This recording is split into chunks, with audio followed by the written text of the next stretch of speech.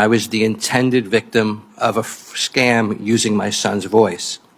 And here's the story. I was on my way to work. My phone rang. It was my son. He was crying. He said, "Dad, I was in an accident. I hit another car being driven by a pregnant woman. My nose is broken. They arrested me. I'm in jail. They assigned a public defender to me. His name is Barry Goldstein. You need to call him. You have to get me out of here. Help me." I said, "Brett, I'll call him and I'll call you right back." He said, "You can't. They took my phone. Help me, Dad." I'm a father. I'm a lawyer. My son's in trouble. A pregnant woman was hurt. He's in jail. I'm in action mode.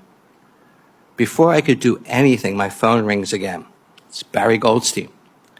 "I just met with your son. He's hurt. He has a broken nose, but he'll be okay. He hit a car being driven by a pregnant woman. She was taken to the hospital.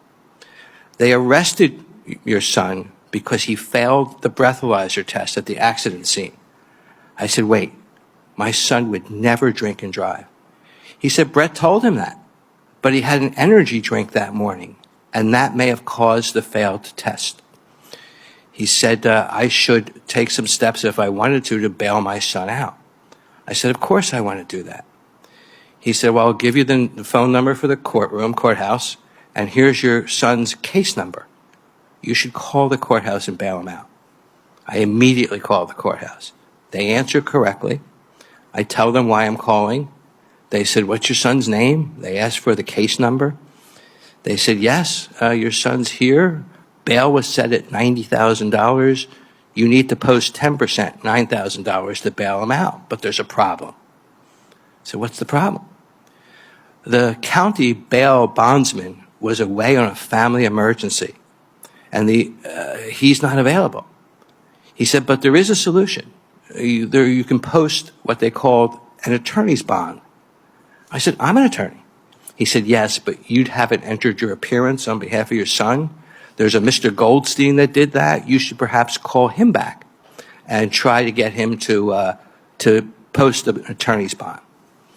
Hang up, I call Mr. Goldstein back. "Mr. Goldstein, can you post a bond for my son?" "Yes." "You need to wire me $9,000. He said, "I'm a member of a credit union, so you need to take the cash to a certain kiosk, which will get the money to me. And I'm scheduled to leave for a conference in California. I'll be leaving to the airport in 2 hours, so you need to move quickly." I learned later that that kiosk was a Bitcoin kiosk that would convert the money to cryptocurrency. I hang up. All of these calls happened in 2 minutes. This is the first time I had a chance to think. I called my daughter-in-law and suggested that she call work and tell them that my son wasn't going to make it today because he was in an accident. A few minutes later, FaceTime call from my son. He's pointing to his nose. He goes, "My nose is fine. I'm fine. You're being scammed."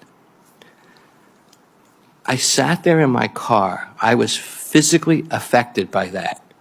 It was shock and anger and relief.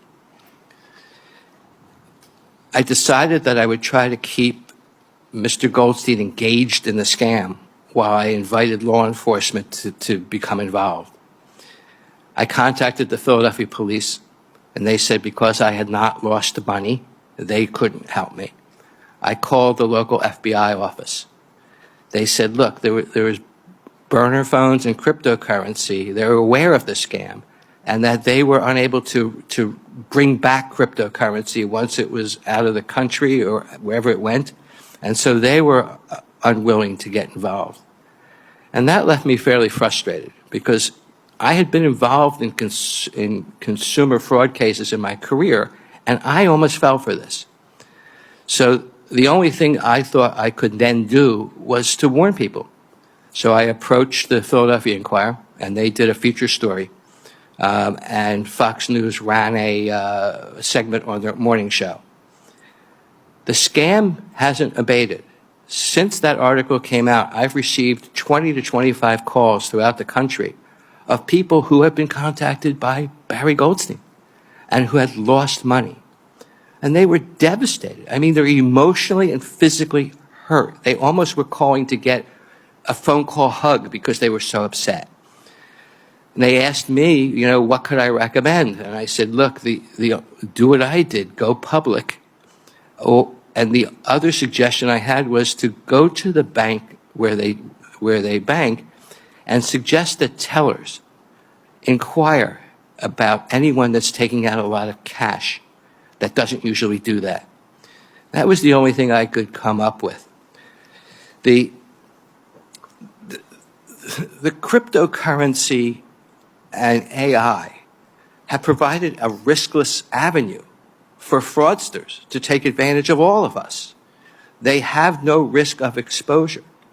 I know that there's economic benefit to cryptocurrency, but I also know that it causes substantial harm to society and financial harm.